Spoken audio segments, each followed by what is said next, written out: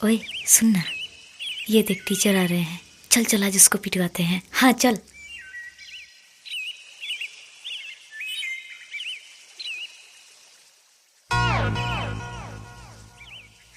ओ hello, दिखता नहीं है क्या? आर यू मैड? नॉनसेंस। क्या है जी? क्या चल रहा है तुम लोगों का? सर देखिए ना, ये दोनों बदतमीजी कर रहे हैं। क्यों रे? पढ़ने आते हो कि लड़की छेड़ने आते हो? चल अभी कान पकड़, सॉरी बोल। सॉरी सर। बदमाश कहीं का। अरे यार, ये दोनों कौन है वे? अरे भाई नहीं जानते हो, ये दोनों इस कॉलेज की डॉन हैं। अच्छा ये बात है। चल थोड़ा आज हम लोग भी देखते हैं ये दोनों कितनी बड़ी डॉन हैं।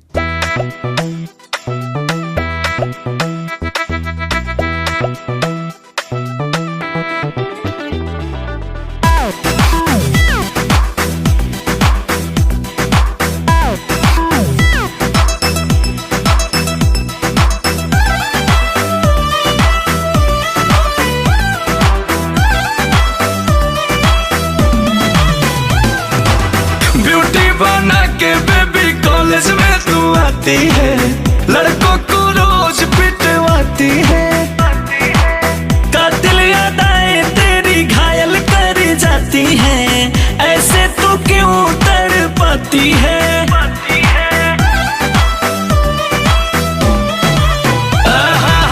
ब्यूटी बना के बेबी कॉलेज में तू आती है, लड़कों को रोज पिटवाती है। कातिल यादें तेरी घायल कर जाती हैं, ऐसे तू क्यों तड़पाती है? मैं चीज ही कुछ ऐसी हूँ, कोई समझ न पाया कैसी हूँ। चख लूं जिसको वो मर जाए, तू समझ ले जहर की जैसी हूँ। कभी मुझको न टच किया कर, कभी मुझको न टच किया कर। क्यों क्यों क्यों? क्योंकि हम दोनों नागिन हैं। नागिन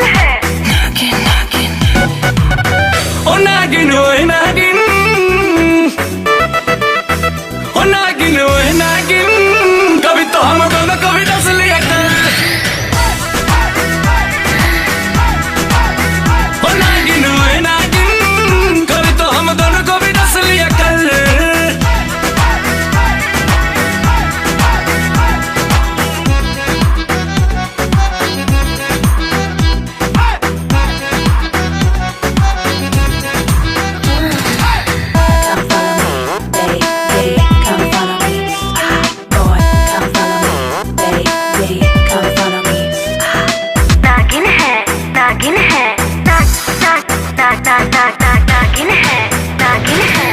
लड़के हमारे पीछे पागल लाखों होते हैं कितने घायल।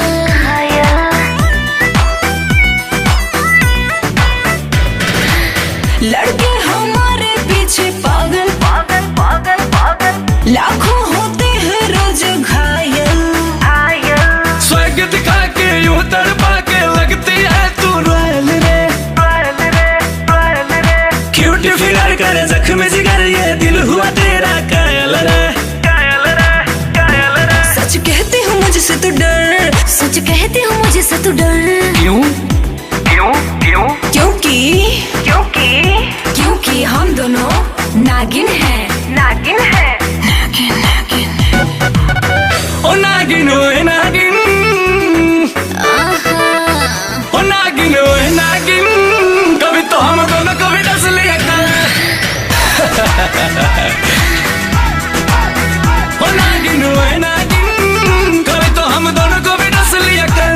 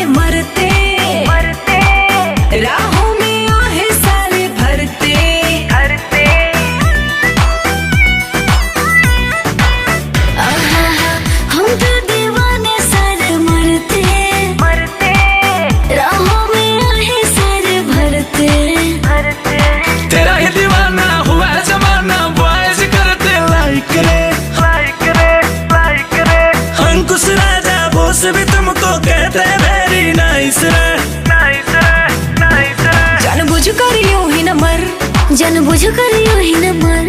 क्यों क्यों क्यों क्योंकि क्योंकि क्योंकि हम दोनों नागिन हैं, नागिन हैं, नागिन। लिसन बेबी, ओ नागिन ओए नागिन